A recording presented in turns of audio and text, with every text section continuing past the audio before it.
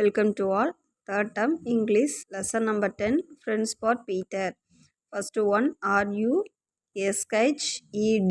rushed அப்படின்னா விரைந்தார்னு அர்த்தம். RUSHED rushed. Second one KICKED kicked. KICKED kicked. kicked அப்படின்னா உதைத்தார்கள்னு அர்த்தம். Third one BOUNCED bounced. BOUNCED bounced. bounced அப்படின்னா துள்ளியதுன்னு அர்த்தம். Fourth one NAUGHTY naughty அப்படின்னா குறும்பு. NAUGHTY naughty. Fifth one STRING string. STRING string. stringனா கயிறுன்னு அர்த்தம்.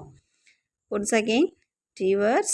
First one rushed, second one kicked, third one bounced, fourth one naughty, fifth one string. Thank you.